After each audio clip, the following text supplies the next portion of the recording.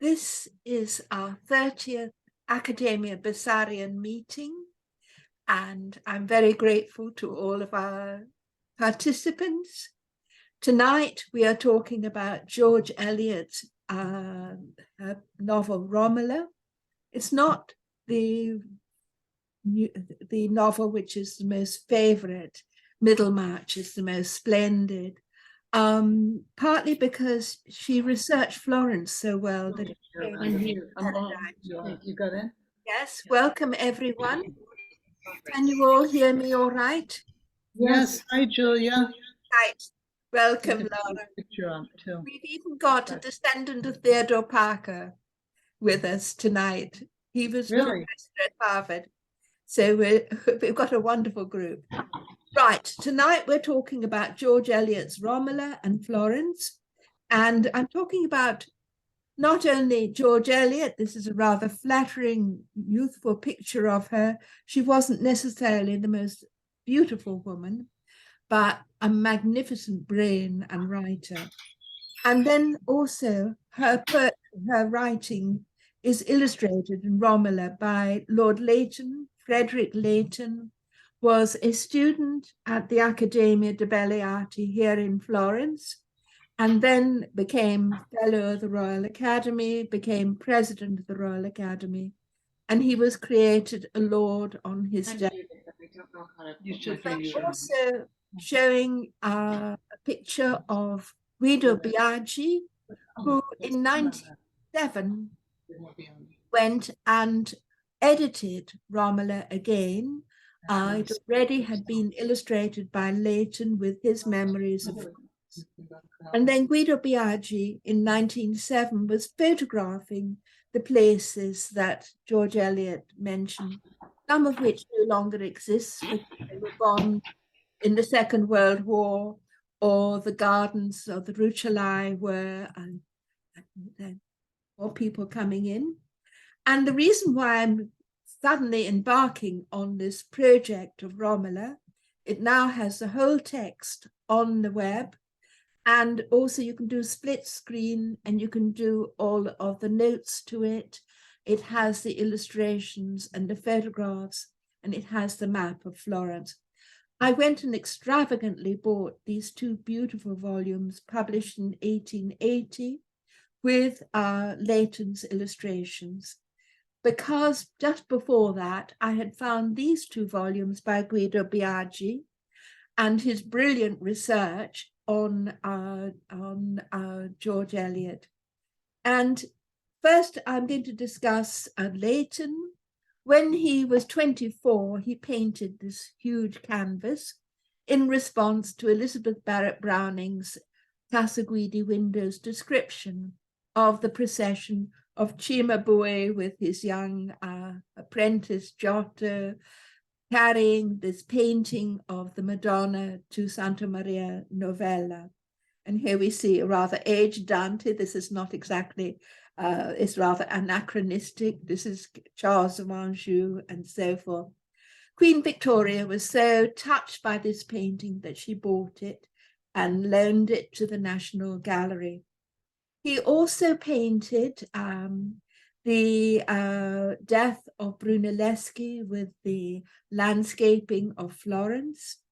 And this painting, which is absolutely marvelous, Flaming June, which I think is, I believe it's in Puerto Rico. Andrew Lloyd Webber wanted to buy it for £100, but his grandmother wouldn't give him the money.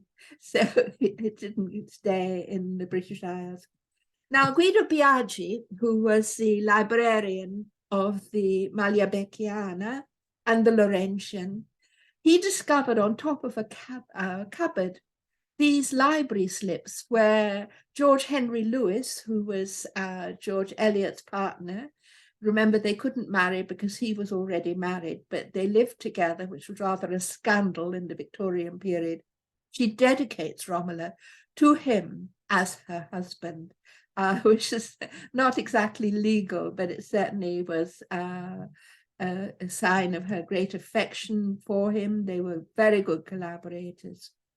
I've already talked about literary texts as sort of being mirrors of their authors. This, for a long time in literary criticism, was not allowed. The personal heresy, C.S. Lewis and E.M.W. Tilliard had a long debate about it. But I've been talking about how Dante creates the Commedia and the Vita Nova from Florence, and he is both the author and the character in the work. George Eliot is rather similar. She creates someone who is rather like herself, Romola de Bardi, a brilliant woman who doesn't fit in. And she sets it in Florence, and she will begin it. This first scene that you see with the character of Tito is right by Dante's house. So the book is, in a sense, born with Dante. And then Elizabeth Barrett Browning did the same, putting herself into Casa Guidi windows and with her, also her child pen, as well as being mirrored in the characters of Aurora Leigh, who is the brilliant writer, and Marian Earle, who is the simple gypsy who learns to read and write out of books thrown away in the rubbish, and who is actually more like, in appearance, Elizabeth Barrett Browning. So we'll be talking about space and time. Space, this is the map of Florence, which I have put on the web, so you can actually use it as an app to explore George Eliot's Florence. I had done the same with Dante, and I had done the same with Elizabeth Barrett Browning. This will give you Renaissance Florence. The Dante app will give you medieval Florence, the kind of the archaeology of the city. Elizabeth Barrett Browning's app will give you the Victorian Florence. And then this map we will come to again and again in this talk because it very well illustrates it. The book begins with a proem up at San Miniato, where a ghost, a spirit, is looking out over the city. Perhaps it's Lorenzo de' Medici, because the ghost has died at the same time in Lent in 1492. Now, Proemio is the title that Savonarola gives to his introduction of the Triumph of the Cross, which he's actually writing in one of the scenes in this book. Nicholas Mander, welcome. And also Machiavelli calls his introduction Proemio for his discourses on Titus Livius, dedicated to a Buondelmonte and to a Rucellai. And this is actually the manuscript of George Eliot writing the proem, describing the spirit looking down over the city. Now, this view is actually from Bella Sguarda rather than from San Miniato, but it gives you the sense of the city with its medieval walls, which when George Eliot first went to Florence were still standing. And then the book begins by the story of this shipwrecked Greek young adolescent scholar who turns out to be the villain, the anti-hero. And he's discovered by the Dante house. And here Guido Biagi gives us a photograph of the Dante house. And remember that this was the Augustus Hare drawing I showed of the real Dante house, not the museum fake one beyond it. And Tito, the villain, he's discovered sleeping by a door by Bratti, who is the peddler who goes, barattare in Italian means to barter, to exchange, and so forth. And he gives his street cries. And then he leads Tito to the market square. This is the Piazza della Repubblica, which is now beautifully restored, excuse me, but which was seen, as it says, over the archway, a place of squalor. But you have this column with the statue of abundance, on the top of the pillar. This reflects the way Roman deities and emperors were placed on tops of pillars, and you had to make sacrifices to them. And the market is all abuzz because the story is that Lorenzo il Magnifico has just died at Careggi in the presence of Savonarola. So that is the setting of the story. And then Bratti takes Tito to Nello, who is the barber, who has his barber shop right by the Duomo. This is the way the Duomo was before the Victorians put the new facade on it, which was partly paid by the Swiss banker who's buried here.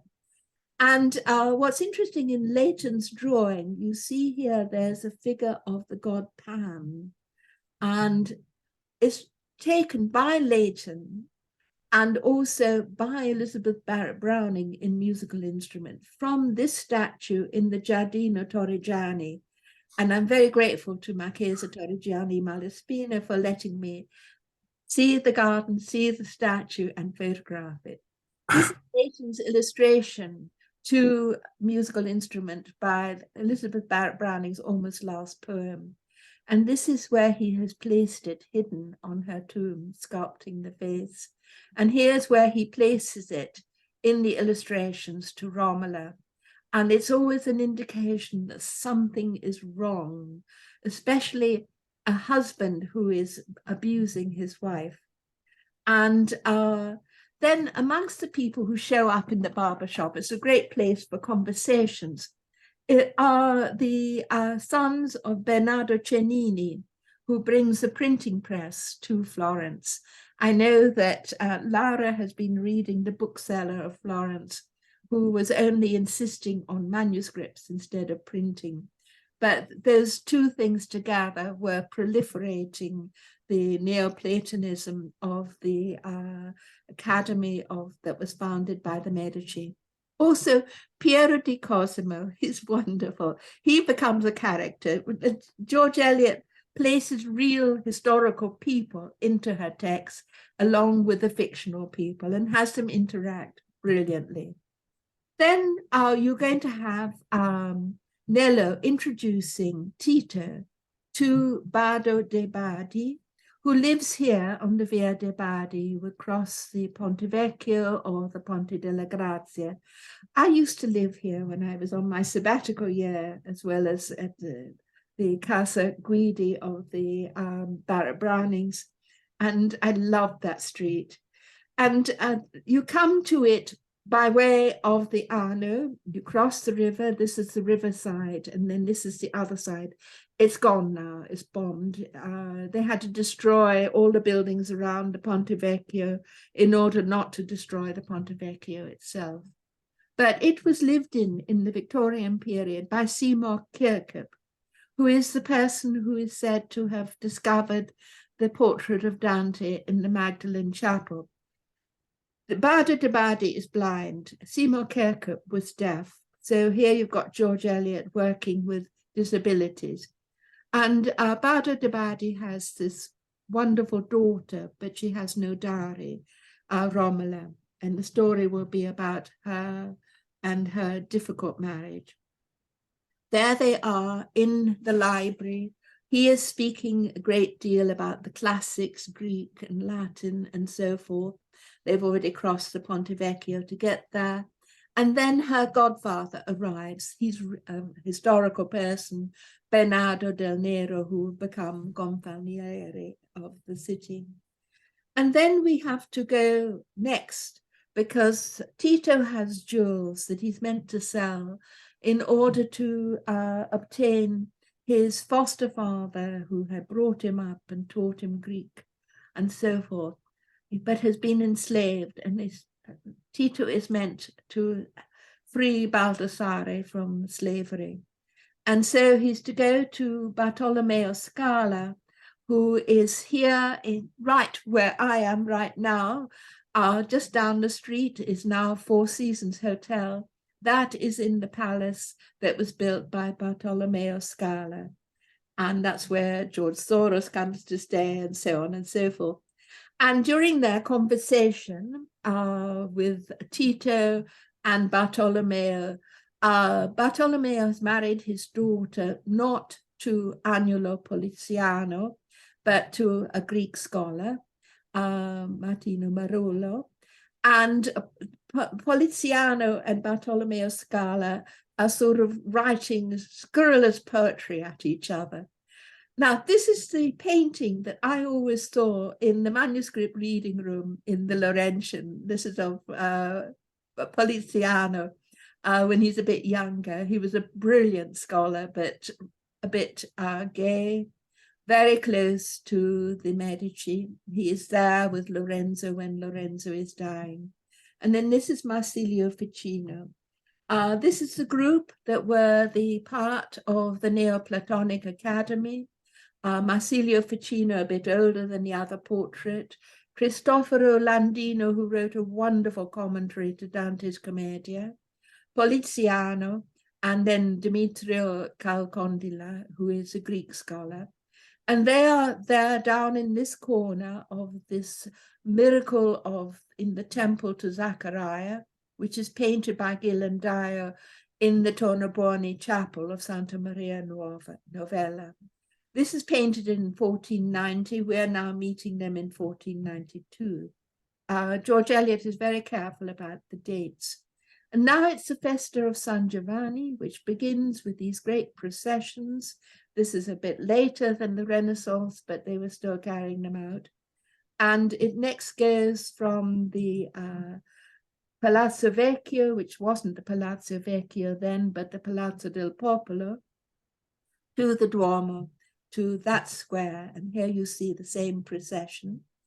And then what Guido Biagi tells us is that in this manuscript were all of these paintings about these processions, a bit later than the Renaissance, but this Casone Adimari does show what it was like. And you have Tito and Nello and the others from the barbershop watching all of these great, sort of carriages and so on.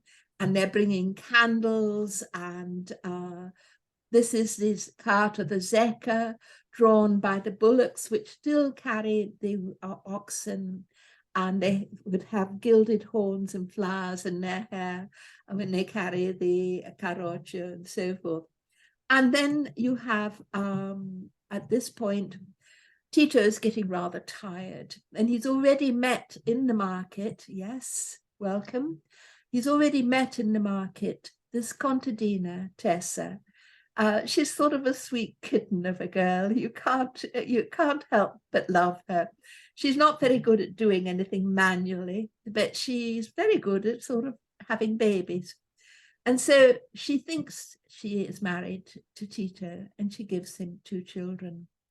Instead of Tito showing up at Via de' Bardi to help Bardo with his gathering together welcome of his materials, he's gone to sleep on the way to Peretola, where Tessa's contadina lives. Peretola is now where the airport is.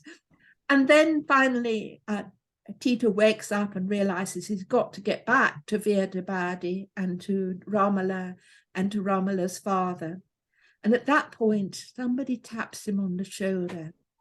And it is the Dominican, it is Romola's brother, who has left their father. He was a brilliant scholar, but his vocation was so strong that he has joined Savonarola's Dominican community. And he's very ill at this point. And he has received a message that there is this young man who has this onyx ring.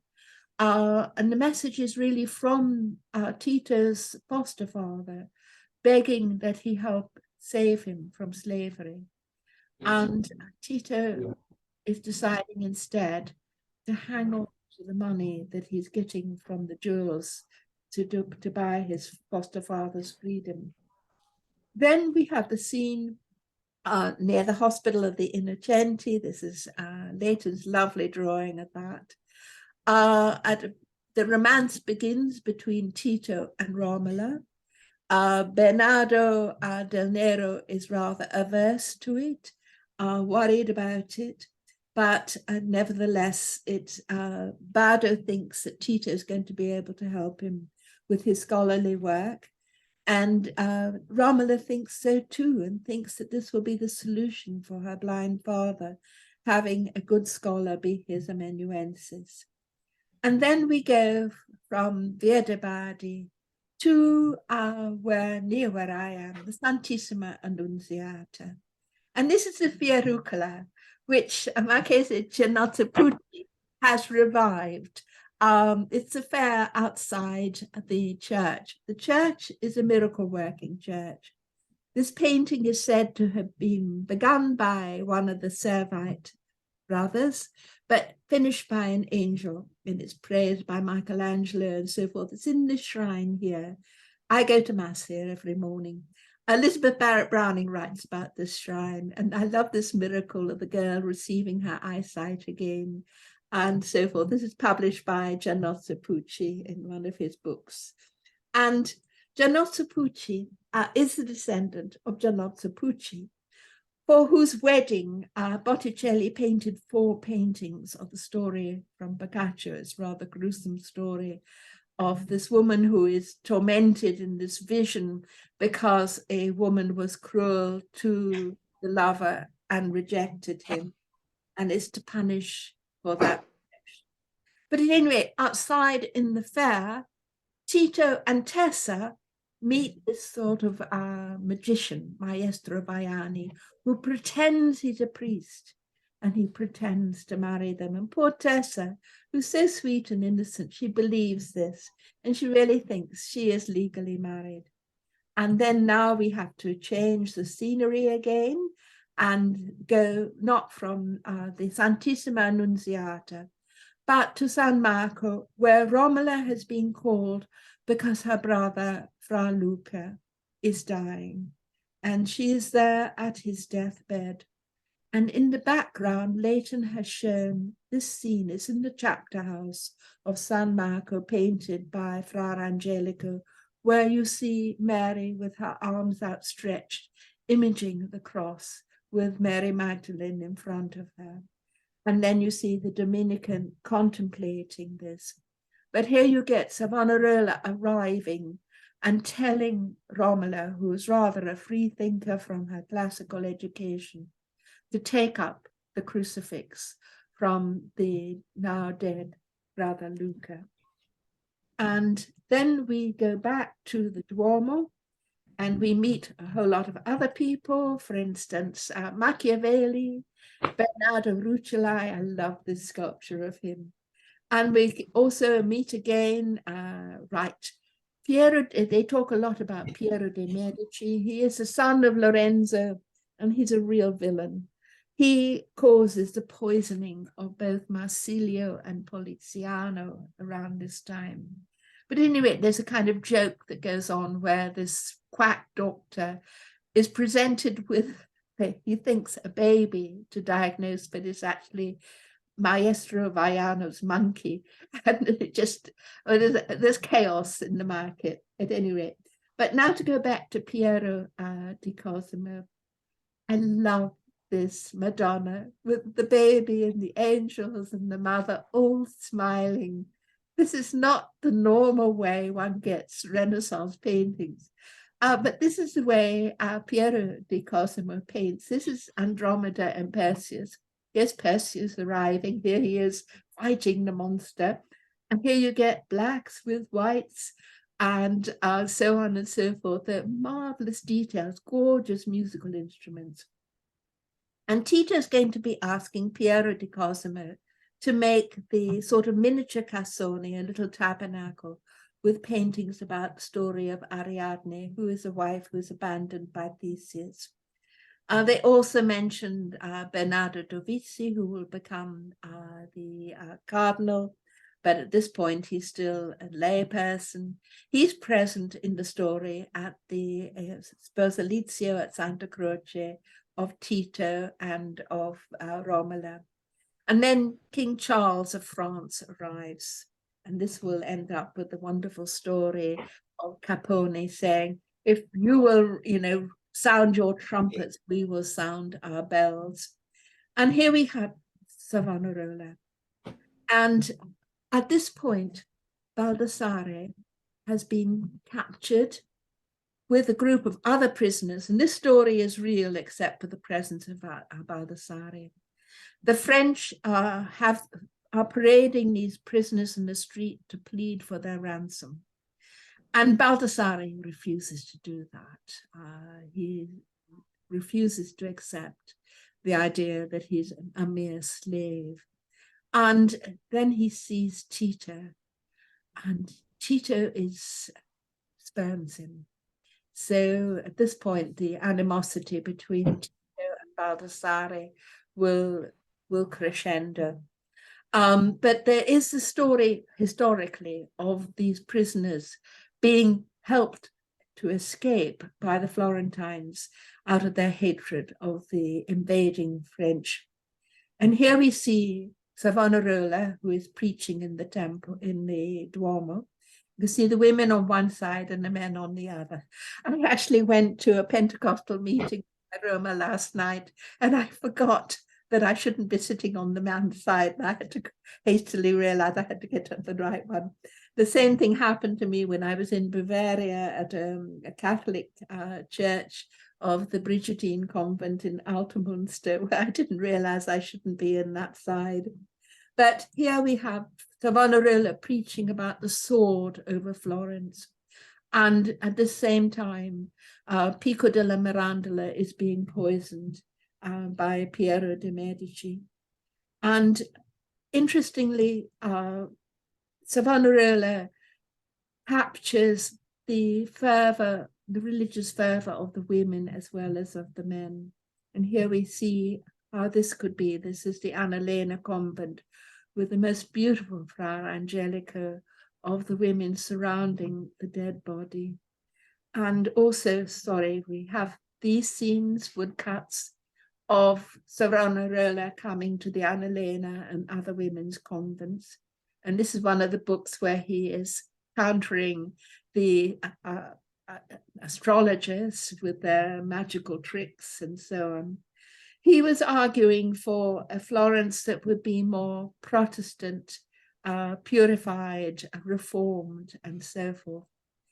And then you have, because Piero di Cosimo, as a ruse, has Bardo and Romola pose as Oedipus and his daughter, Oedipus blind, and so forth, in order to get her portrait to put onto Tito's tabernacle.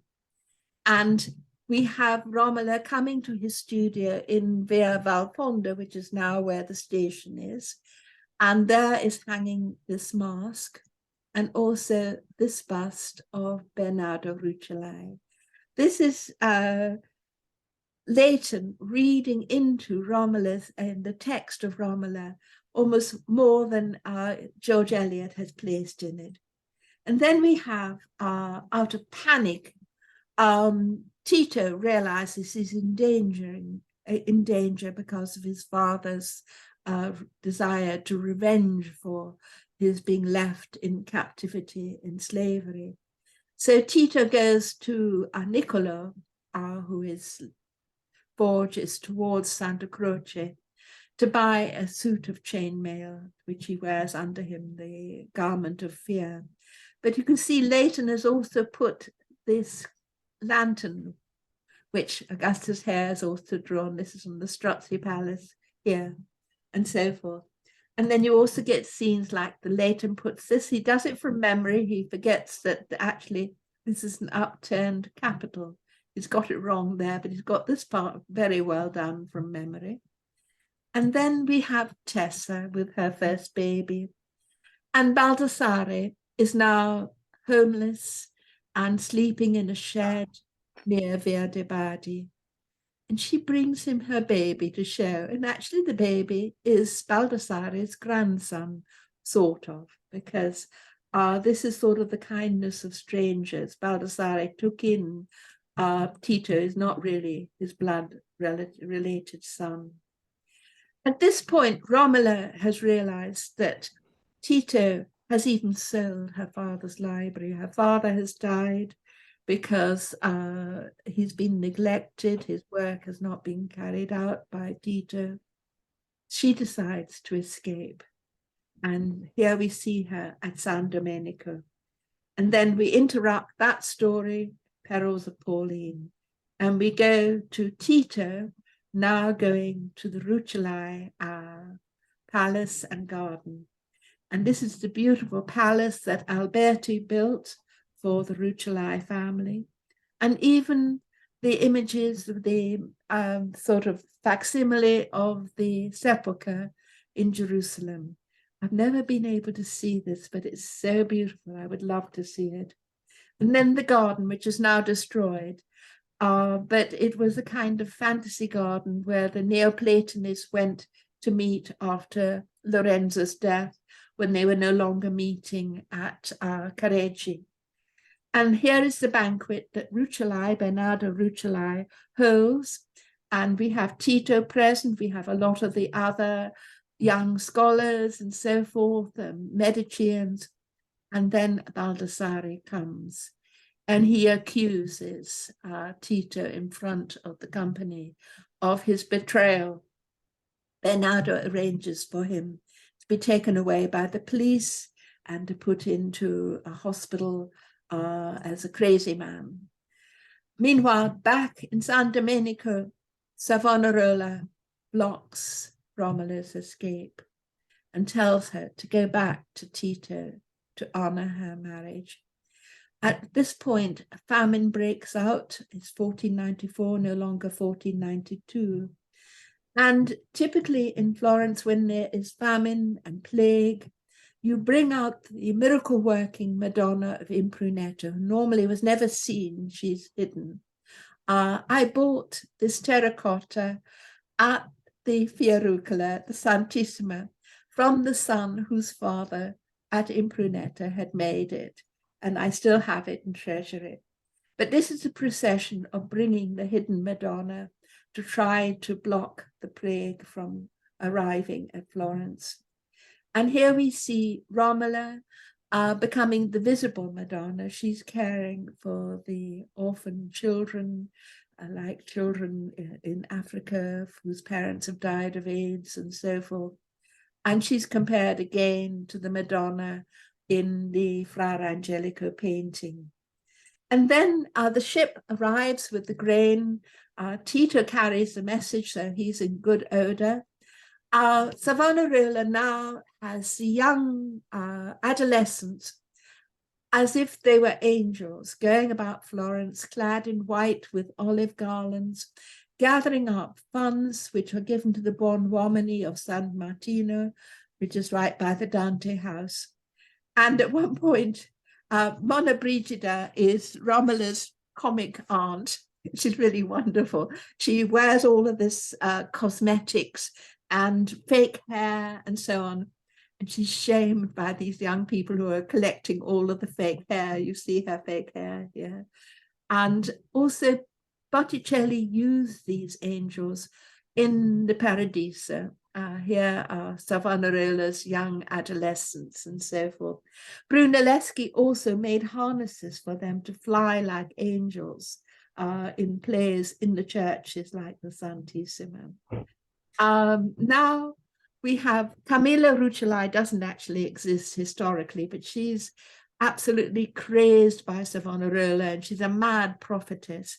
And Romola is really disgusted. She's called to her house and just leaves in despair and goes into the Badia and prays at this wonderful painting of St. Bernard with the Virgin, which I see every Sunday at the Mass for the Poor. And now we have San Miniato here. Romola is met by Baldassare, who says that he must speak with her and she must help him. And he uses her money to buy the dagger with which he will try to kill Tito. And here they are up at San Miniato on the hillside. And I actually used to paint at 6 o'clock when the Vespers were being said at San Miniato, when I used to come to Florence years ago, this scene from San Miniato. That's my painting, watercolor. Now, what was going on is this tremendous tension between Savonarola's desire for purity and charity and telling the artist, stop painting mistresses of the Madonna find a pure young girl and she will be more beautiful, which was certainly true of the Delarobias and so on. And countering that is Pope Alexander, a Borgia, whose two children, Cesare and Lucrezia, all three of them are committing incest with each other. This is said to be Lucrezia, probably is Flora and so on. But they're wanting to do anything they can to undo Savonarola's power in Florence because he is criticizing the corruption in the church. And then we have this delightful scene of Tessa with the baby in the cradle. And these are the drawings that Leighton did first. When you engrave, you do a mirror opposite, which are now held at Houghton Library at Harvard, Richard Parker. And then we have this Francesco Valori is supporting Savonarola, but he's too rigid and he's causing great difficulty. The Piagnoni are the ones who are named after the bell. These are the ones who are followers of Savonarola, who have given up all of these luxury items, are caring for the poor and so forth. But they make a mistake in then imprisoning and about to execute Giannozzo Pucci, Bernardo del Nero, Tornabuoni, and so forth. And Romola goes to Savonarola to beg him to save their lives, because these are the supporters of the Medici. And you have the Medici, the Borgia, countering Savonarola. You also have a group led by Dolfo Spini, the Companaccio, who are rabble-rousers, gangsters, full of violence, who don't want this puritanical mode of life. And we have Romola again meeting in the chapter house with Savonarola in front of this Fra Angelico painting. They then execute Bernardo del Nero, Giannozzo Pucci, etc., beheading them in the Bargello. Romola is watching from the window, and at this point she no longer obeys Savonarola. She flees. She goes to near Viareggio. She finds a community where there's plague, especially the Jewish refugees who've arrived by boat and are dying like flies of the plague, and the villagers won't help them, so she will help them. Meanwhile, you always get these interruptions. Meanwhile, in Santa Croce, you have the Franciscans also working again. We have, if you could mute until we discuss at the end. And then we also have the trial by fire, which it's a complete fiasco. This is San Marco, where Savonarola is writing. And this is one of the Guido Biaggi's photographs from 1907, which is still the way it is now. And here we have the trial by fire, the bell of the Piagnoni, the free groups opposing each other in Florence, the Piagnoni for Savonarola, the Companacci for themselves, the Medici and also the papal forces and so forth. At one point, Tito realizes he's double-crossed everyone. He's being found out by the Companacci. They're about to tear him to shreds on the Ponte Vecchio. This is not the Ponte Vecchio, but someone is jumping off it. But this is the Ponte della Grazia, or the Rubaconte. This is what Tito does. He plunges into the river after throwing the diamonds and gold he's amassed, which he hasn't used to buy his foster father's freedom from slavery. And he swims down river. And it's an extraordinary scene. This is the river he swims down past the Ponte Vecchio, past Santa Trinita, past Ponte Carraia, and then he finally comes ashore where Tito is murdered by his foster father, Baldassare. They both die in this movement. George Eliot says she kills Tito in great excitement. And it's the most extraordinary confession for a writer to make. Meanwhile, Romola is caring for this abandoned Jewish child, orphaned. She is gathering, she goes to the well to get water. She arranges for milk for the child, which is also what Tessa had done for the shipwrecked Tito at the beginning in the market scene.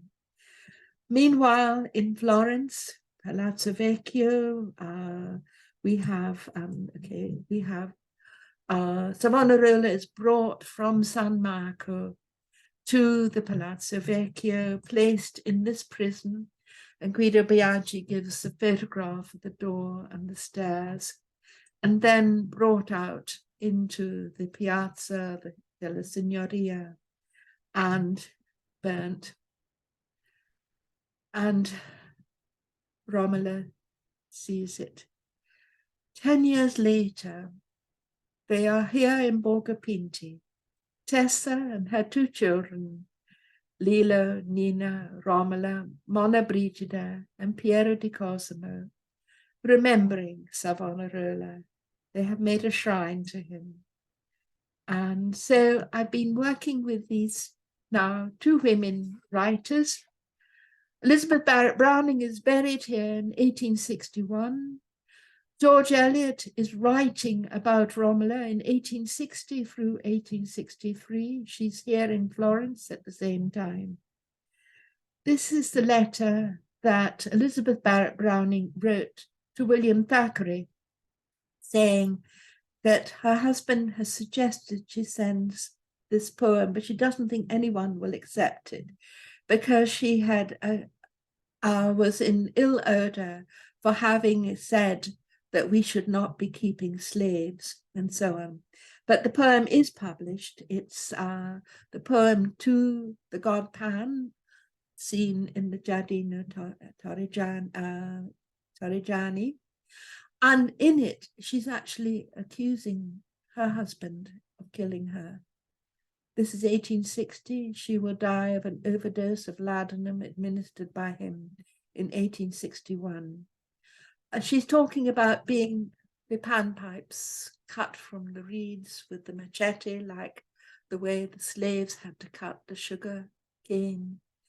And the god Pan has taken her life in order to live off her poetry. It's a very powerful poem. Robert said she hadn't written anything good since Aurora Leigh. This is probably one of the best things she ever wrote. She writes to Thomas Adolphus, to Isa Blagden, saying that she's speaking the truth. And this is parese in the Greek sense that you do need to speak the truth. And this is something that Leighton understood when he illustrated her. He also understood the marital problems of Dorothea, married to Tito, who cheats her double times her, commits bigamy, and so forth. And this is the photograph I took 3 days ago of Elizabeth Barrett Browning's tomb by Lord Leighton. The light was absolutely perfect. So I'm just going to end by talking about using neuroscience and quantum mechanics, alternate universes which we create when we write and read novels. We can come to see how books raise our shared consciousness.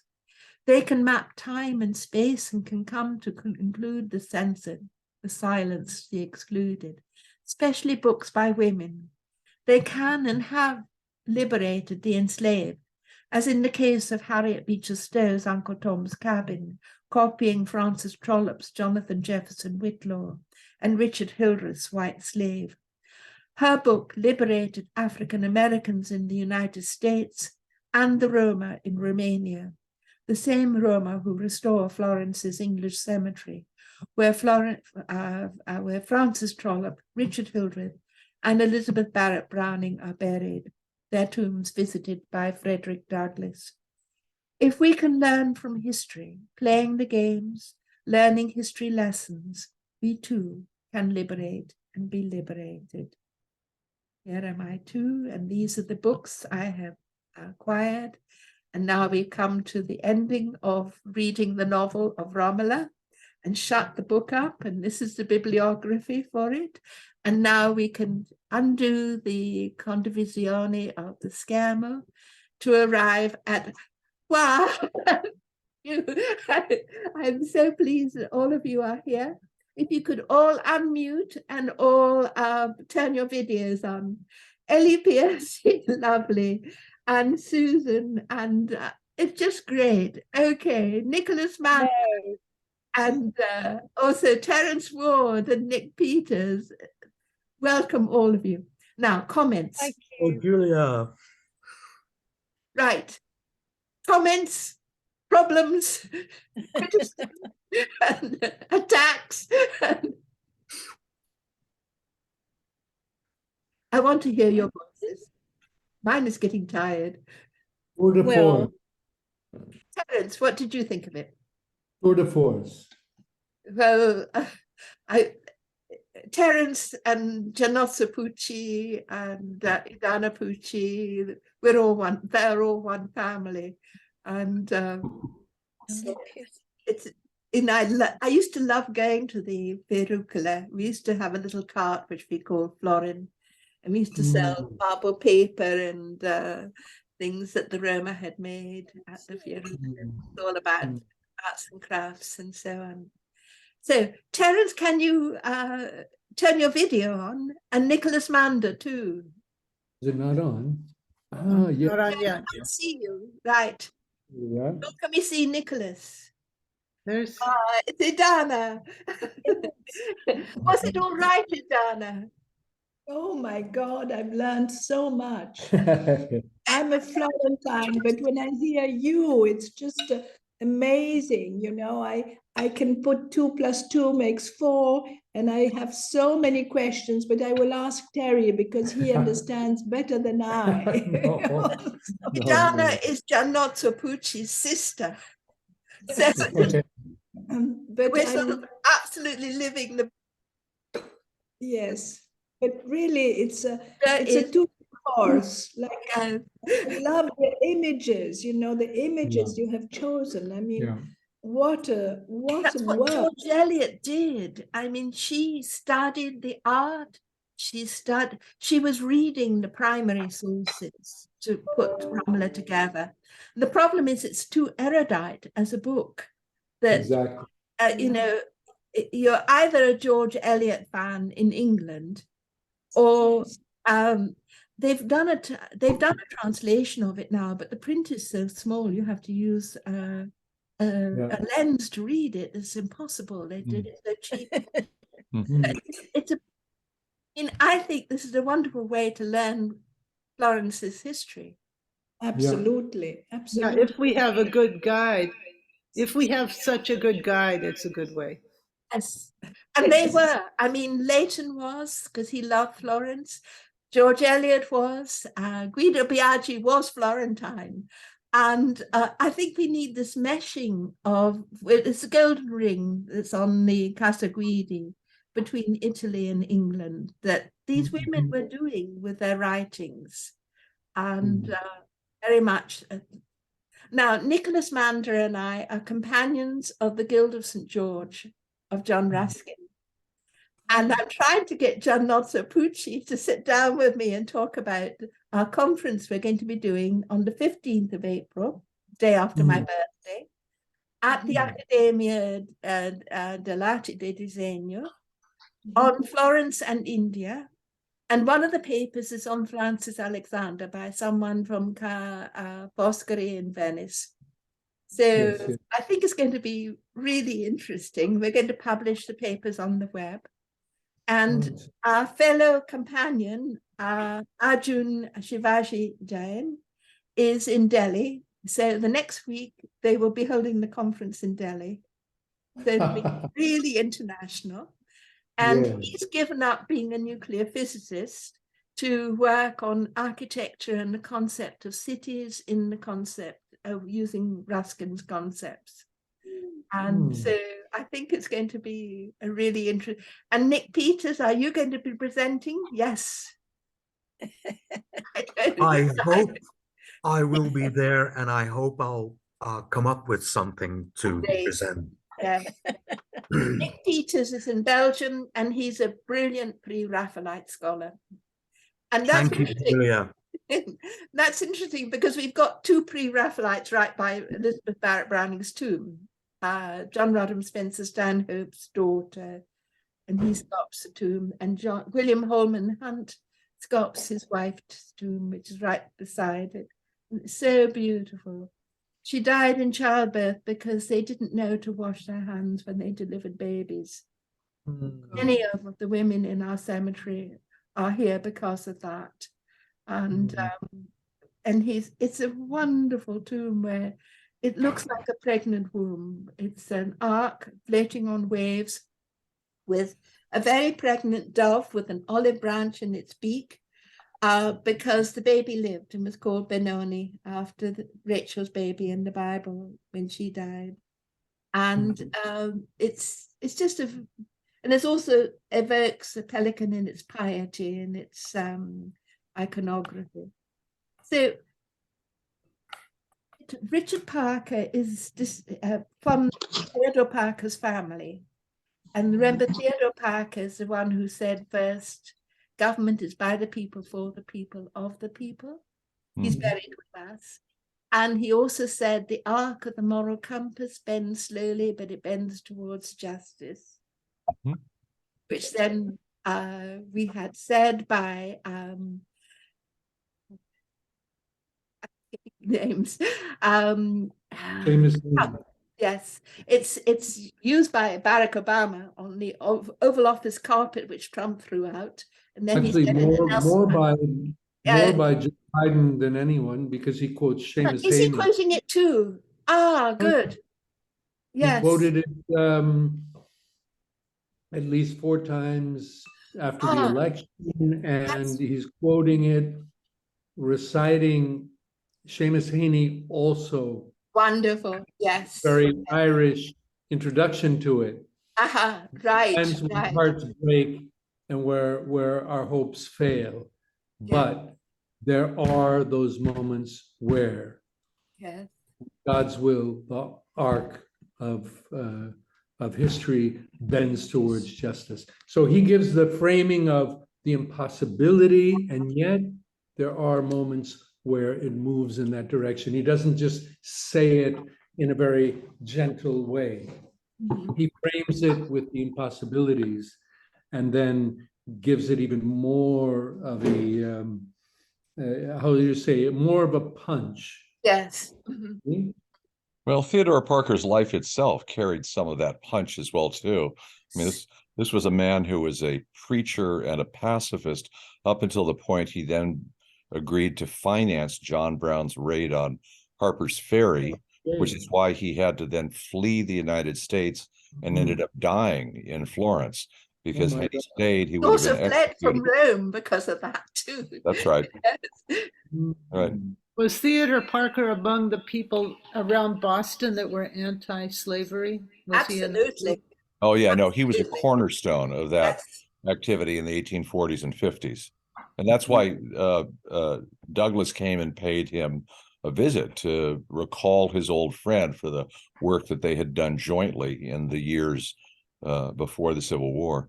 Yes. He was one of the Secret Six. That was the group that was known to have financed Brown's raid on Harper's Ferry. Douglas himself was invited to participate and declined to participate, thinking that it was absolute folly. And of course, he was right. But on some other level, the sacrifice that Brown made and the symbol of Brown's life, of course, becomes profoundly inspiring to many. Yeah. I mean, talking about Thoreau's reaction, talking about the song "John Brown's Body Lies a The Yeah. holding Mouldering in the on the Bed." grave. Yeah, all became tenets for abolitionist substructures to the union's cause. So Yeah. whether Yeah. that was a wasted life or not, I would hesitate to say it was. That was, Would not say it so. was a life that bent the arc of the moral universe toward justice on some level. Well, a martyr. I mean, Mhm. he became a martyr for that Yeah. cause. Yeah. Yeah. We Yeah. have Yeah. put we have put on the web Frederic Douglass's handwritten diary from the Library of Congress about Mm. his visiting here, but also he visits Sarah Parker Raymond in Rome. Mm. He came here to study medicine. She's an African American abolitionist who was lecturing in America and in England. She studied medicine at the University of London and All Saints, called a midwife. And then with a letter from Giuseppe Mazzini, she came to get her MD here at Santa Maria Nuova Hospital, which was founded by Dante's Beatrice's father and nurse. And we have done plaques for Frederic Douglass visiting here. And we've also done the plaque for Santa Maria Nuova Hospital. And in both cases, these were done by Daniel Claudiu Dumitrescu, whose ancestors were slaves in Romania, freed by the publication of Uncle Tom's Cabin the next year in Romanian. So, and it's been very interesting because some of the people want to block this plaque in Santa Maria Nuova. It's going to be beside the effigy of Mona Tessa, because this was at the moment when the medical profession was resisting but learning that you had to wash your hands when you did surgery or delivered babies. And it was the women who were insisting on the standards of cleanliness, had been ever since the beginning of hospitals, the oblate. And the men didn't catch on in time. So there were terrible fatality rates. And so, all of these issues come together. And I sort of feel this cemetery is teaching us the right kind of history, if we can listen to it. If we can allow the arc of the moral compass to bend a little more rapidly and verbalized. And it's probably better verbalized from the right hemisphere than the left. Yet all of them, Not STEM, but literature, music, art, and so forth, I think speaks more eloquently than statistics and I think what periods like this remind me of is that my students' preoccupation with the universality, instantaneity of social media online is important, but in fact has been going on in some sense for 200 years in quite dramatic ways, following colonial settlement patterns and also international trade patterns. yes. There's a wonderful book about the history of the telegraph called The Victorian Internet, which makes I think a very powerful argument about the way in which time and distance were compressed by the telegraph, almost more than the online has done to pre-online communication. Yes, we did our first city and book conference. This is going to be the 10th on Florence in India. The first one was on the alphabet and the Bible, neither of which are European. At the time when the European Union was wanting to be very Masonic and secular, because we were trying to show that European history couldn't exist without the alphabet and the Bible. It has shaped our culture so deeply, but also that it's a form of technology, communication technology, the alphabet. It was a form of the internet. I mean, the runes that made it all the way through the Etruscans, from the Phoenicians to Iceland.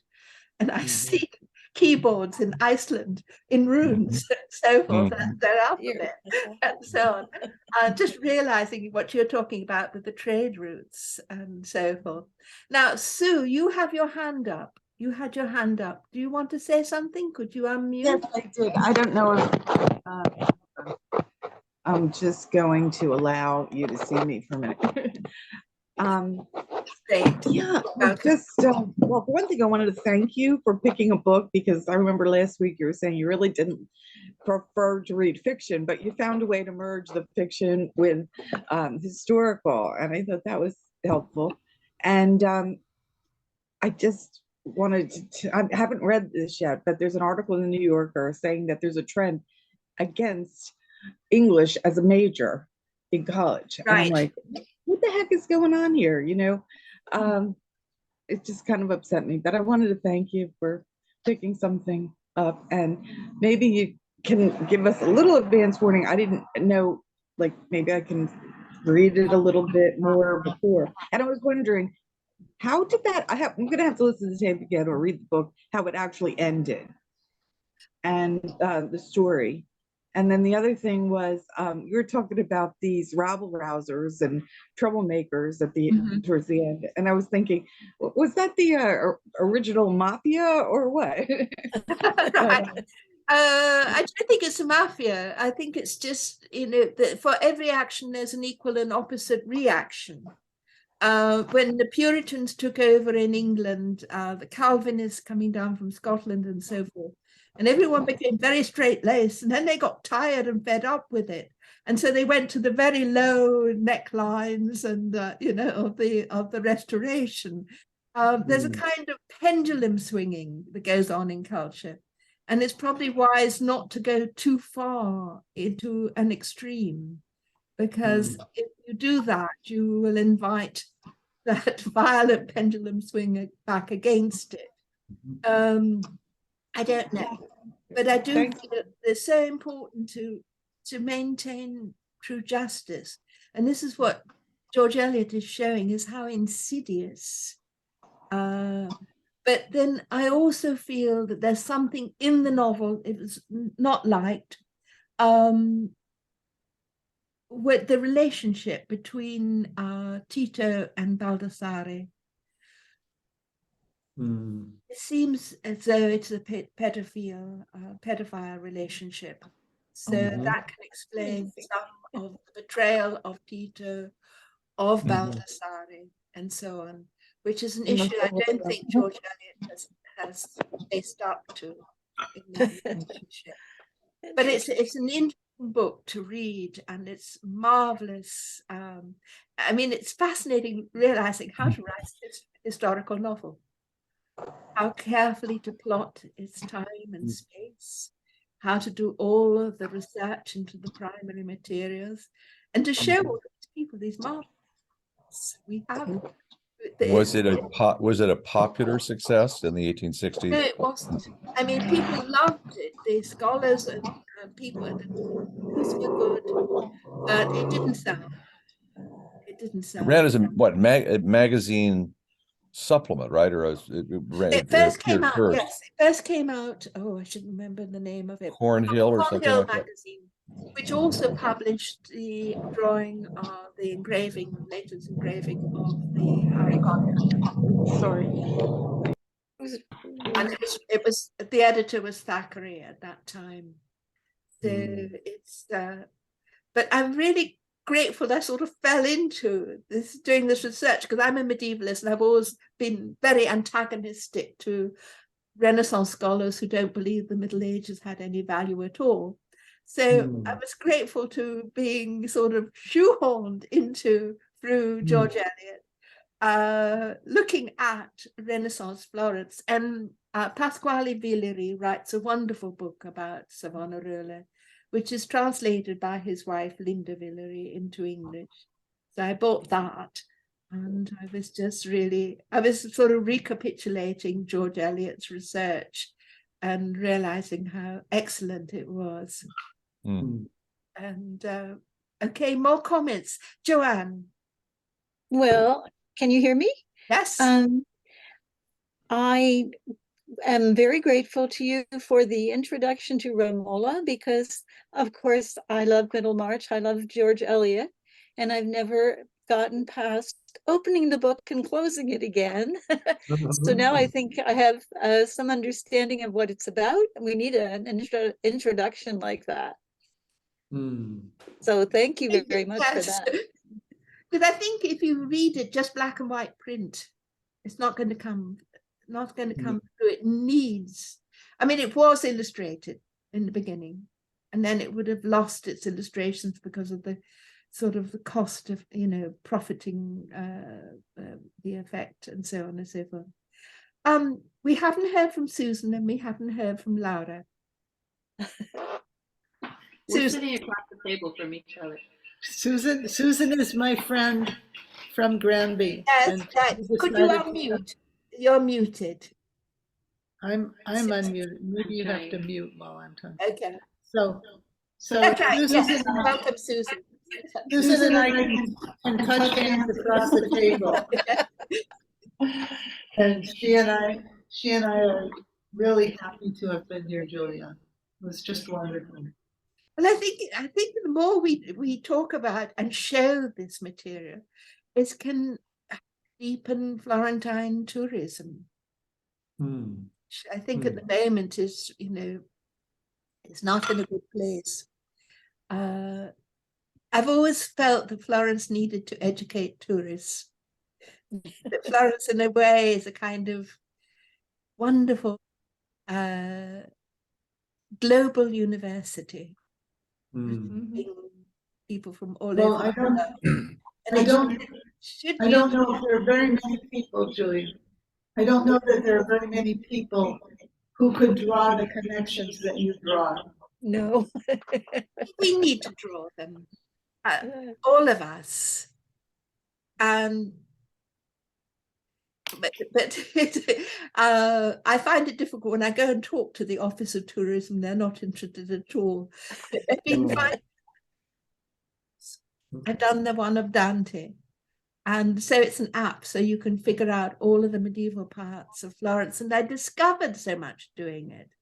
Like the column in the Piazza Santa Felicita was known by Dante and Guido Cavalcanti and Francesco da Barberino, and how important all San Michele was, and so on. And then also I've done the app for Elizabeth Barrett Browning. I've done the app for the 7 Acts of Mercy. And I think if we could just persuade the Office of Tourism, perhaps, and I also to make use of these. And also, she isn't able to be with us tonight, Alex. She's doing wonderful research on Florence's saints, and also the ones who didn't quite make it into being canonized. These wonderful women contemplatives that Florence had. And we were hoping we could do a series of booklets like the one I did on Santa Umiltà, and have them be available at the different churches where these saints' bodies are. That would how does one locate these apps? They're all okay. Florin, Florin, the coin. Yeah.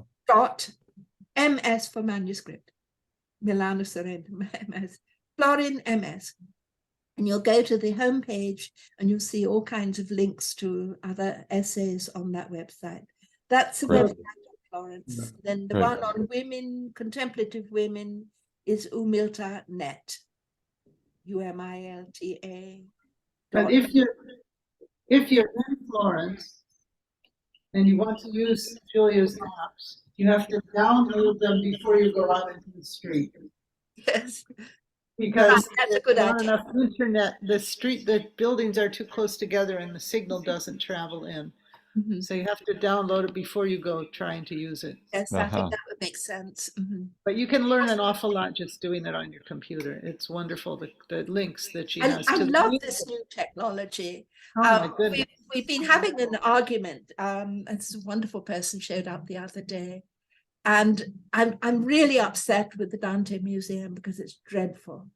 You know, they thought it was important to be interactive, so they went all plastic and gimmicky and the machines all break down and everyone is saying it's terrible. And it should not be in Florence. The material for teaching tourists about Dante should be excellent instead of what's happening. But we were talking about this problem. It's garbage in, garbage out. We have to still do all of this research with the books, with the primary materials, and then make it be comprehensible using electronic methods as the new Gutenberg galaxy. And that makes sense. And I've been experimenting on my websites with, because you know, it's the right hemisphere that processes sound and the left hemisphere that reads. And I've been finding that if you do both at once, where you hear the text and you see the text, this would be a wonderful way for teaching children to read. It's the way mothers do teach children to read, with the finger along the page as they read it aloud. And it would also be excellent for foreigners to learn our crazy English pronunciation. They can see how words are written at the same time they hear them. And so I've done this with many of the medieval texts, all of Dante, a lot of Elizabeth Browning, The Green Knight, and Pearl, and Piers Plowman, and Chaucer's Canterbury Tales, with the images, and with Dante also with the music. Because I feel what's important is to share this richness, and also sensually, because medieval culture was sensual. It wasn't black and white, silent words on pages, ever. It couldn't be. It was all about sound and sight and color and music and even smells and so on and so forth. So, but anyway, more comments, or shall we wind up? I wanted to say this, Sister Julia. You have also a captive audience of 52 universities, American universities, that are meant to teach their students something, which is always a big debate whether or not that actually occurs. But they are in town. And it seems to me in this climate that we're in, perhaps heightened awareness of the sufferings of others, historic as well, that it would behoove every one of those damn universities to make a pilgrimage to your abolition site, your sort of floating island of exiles who all came, but united under this common purpose that was so surreal that it took the English government, I think they only banned slavery in 52, did they? I mean, they were completely against the entire structure of the colonial empires and of systems that had been established, whether it be in South Africa, whether it be in America, where that was the institution of the economy, the driving force of the economy. And so for this place of rest that actually reflects, strangely enough, the true values of what a republic was, which now we flash forward 100 years later, when Mary McCarthy and others come to Florence after the war, because nobody was traveling here in the 20s and 30s because of Duce and the rest of the black shirts. And but they did come after the war, and their obsession was not of the Medicis. That's kind of a new perversion that the Medicis built Florence. But actually, as you and I, we've talked about this, Florence was built 150 years before by the guilds. Yes. By the guilds means that's where the energy was for Florence. That's right. Yes. So there was a republic with a collective spirit. Where everyone was a prince. That's right. Well, no aristocrats allowed. If you didn't work, right. But that meant the commoner was a prince.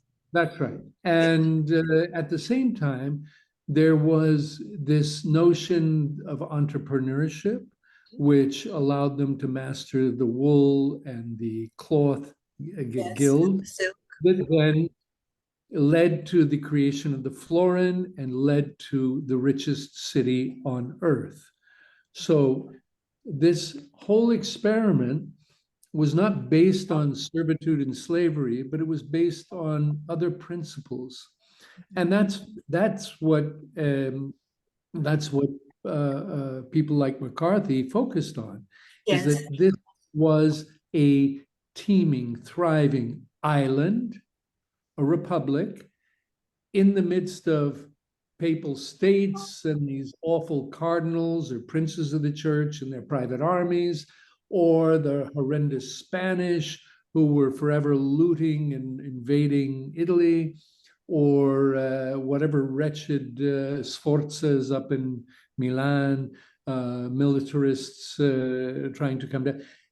The whole city was always a threat, but it nurtured a Republican spirit.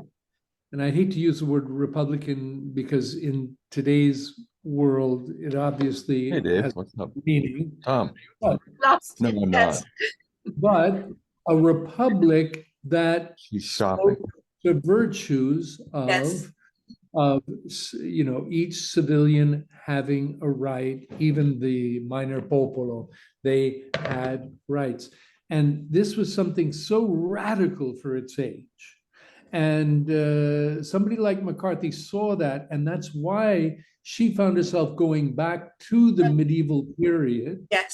1200 Florence is when all the explosion happens.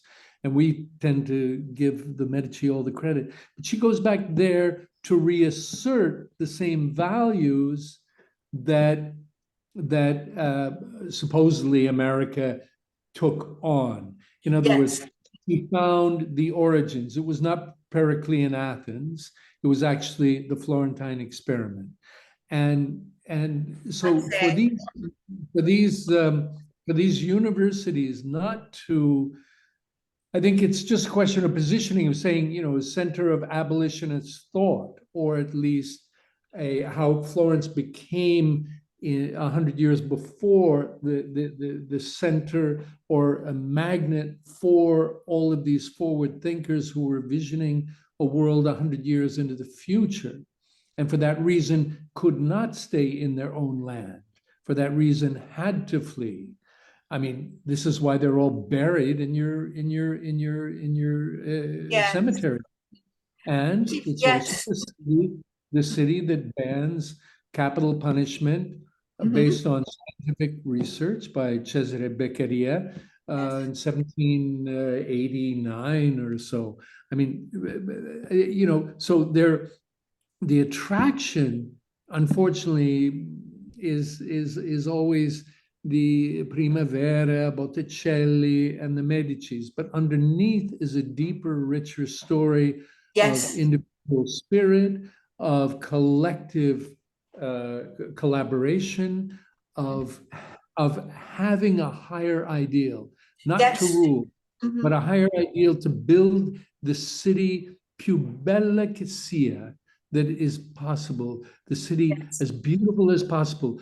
These men, principally who were involved in the guilds, could not enrich themselves and have paintings placed in their houses. And, absolutely, yes.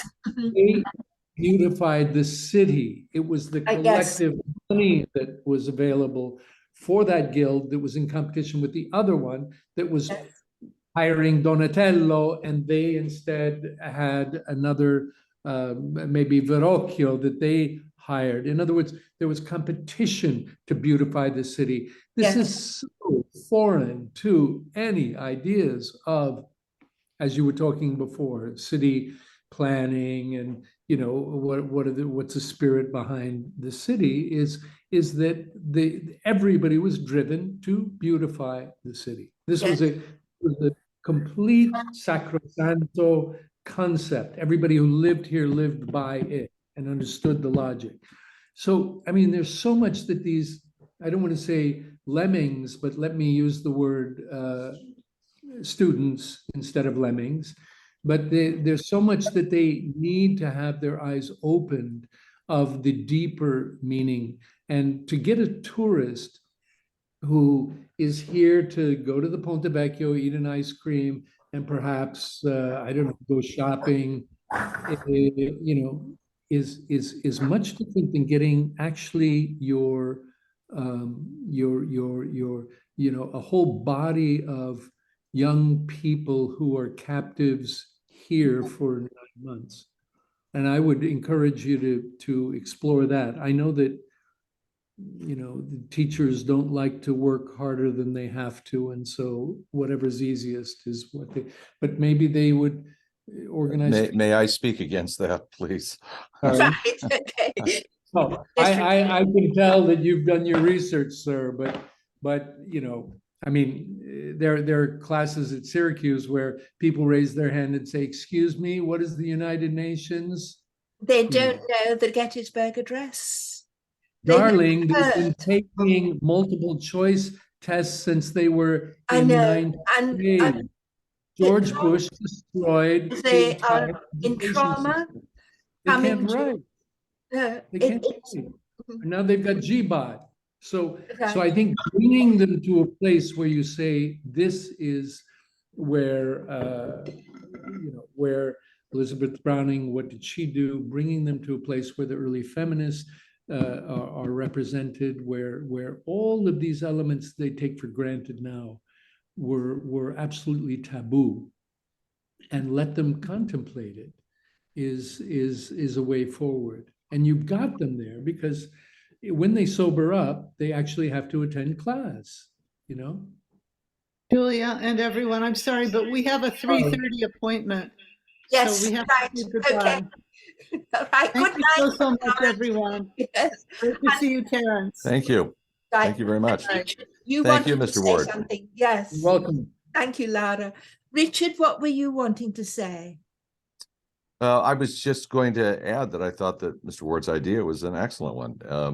I'm not sure I would have characterized the students as captive. It doesn't seem to be an audience that would be inclined to be interested in freedom, but you know, maybe pre-free would be a little.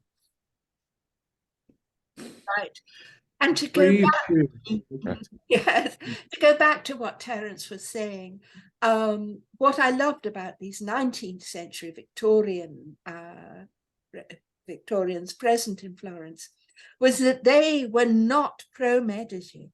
They were anti-Medici. They were very much reading Pasquale Villeri on Savonarola. They were and then in my own research, because I go earlier than they do, to Brunetto Latino, who's Dante's teacher. There, Florence is based on the love of God and neighbor. And who is your? It's the pilgrim, the stranger. And so we get all of these places that took in pilgrims, looked after them, hospitals and so forth. And to me, the extraordinary energy of the city is that. And it goes through, it's a continuum through Savonarola, through Giorgio La Pira, through Giannozzo Pucci, etc. It is that side of the city has never died. But I was horrified in Colorado when I was on the Colorado Endowment for Humanities, which was part of the National Endowment for Humanities, that we kept on getting proposals from CEOs to study Machiavelli straight. Of course. And Machiavelli is writing satire like Dean Swift and so on and so forth, a modest proposal. He is not in favor of Cesare Borgia, etc. No. He's pretending to be. No, the city is remarkably anti-tyrannical. And all the elements put in place. If you imagine the Gonfalonieri, who would have been the head justice, but he was essentially the leader of the city, only served 2 months. Yes, every power was shared. There was no time to gather power, to make all these pronouncements. You actually were representing a collective, and then the revolving door flipped you out, and that was in place precisely to avoid a Medici takeover of the city. And this is terribly important because that survived for 200 years when the city went from a little town on the Arno to being the richest city on the planet for 200 years. And all of the art that then is an inheritance is simply patronage where the guilds built. I mean, if you can imagine, from 1280 to 1300, every major church and the Palazzo Vecchio and the Bargello were built. And the walls of confidence and the walls, I mean, yes.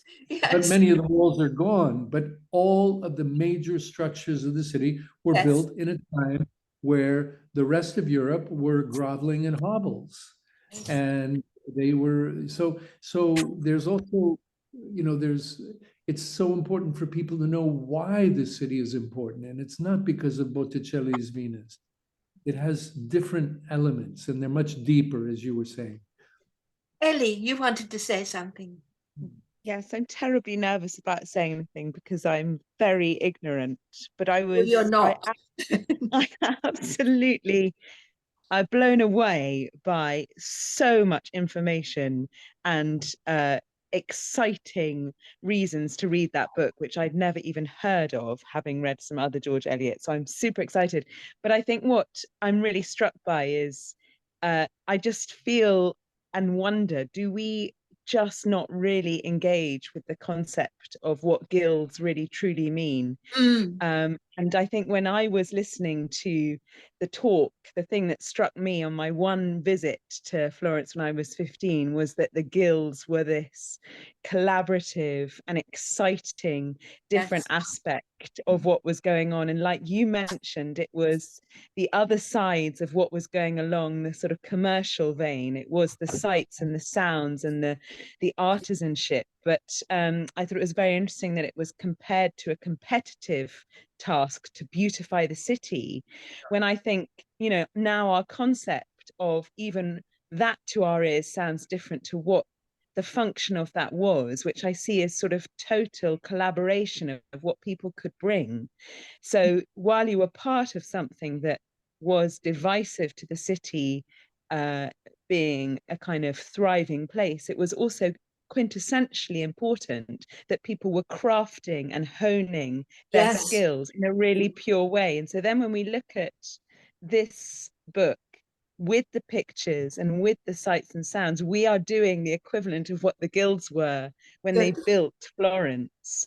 And I think that's what, I'm maybe I might be the youngest on this Zoom, but I feel like we as the next generation, and I'm heavily into, I'm looking down on the next one, that we don't understand the concepts of what those mean. As students come in, they learn with a means to an end of what they want to experience from a place. And that's in total opposition to what I understand Florence to be about, which was about creating something which allowed people to go into a higher plane of living, which totally engaged with everybody, in different ways. And I think that that's, if we're talking about how to engage with a place, it's that we're looking from such a sort of blinkered angle of what history is, and we need to go back to what the guilds were to the building of Florence. Right. Absolutely, yes. So I think we've had a very splendid evening discussing all of this. I'm not sure what we're going to do next month. If anyone has any suggestions, let me know. And for instance, I know Terence is writing a very important book. Would you like to be discussing it with a group? No, that's okay. Not at the moment. You're like Elizabeth Barrett Browning, stuffing the poetry into the cushions. Not at the moment. Perhaps later. Okay. But, the story is about, actually, it's it's both facing Florence in antiquity and how it left the mark on one particular Florentine 600 years later, and what Italy suffers from, which is perhaps what the United States of amnesia suffers from, which is this unremembering, this ability to, when things are difficult, to simply forget the past, to erase the past. Now, if you talk to anybody about the Second World War here, you won't get more than 2 or 3 comments, and then everything shuts down. And so this unremembering allows then for what we saw when Meloni was elected on the 100th anniversary of the March on Rome, of Mussolini's March on Rome. And she is a child of una fascista, and she's maneuvering in a particular way. But I think perhaps the message to take from all the work that you've been doing is that only by remembering can we find those lights that inhabit the darkness, and by falling victim to the unremembering allows for all of those dark forces to regain, refashion themselves, reposition themselves.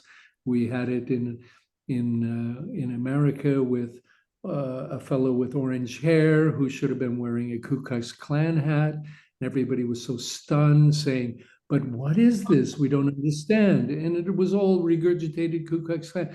As each generation forgets, we're thrust with the same monsters of the past. So let me end it with that. The importance of remembering as opposed to unremembering. Yes, so historical novels do have a purpose. I used to think they were just escapes into an alternate universe. I don't believe in meta, but I do think learning from history is really important. I had wanted to study history as a child. I wanted to read history at Oxford, but instead I was packed off to America at 16.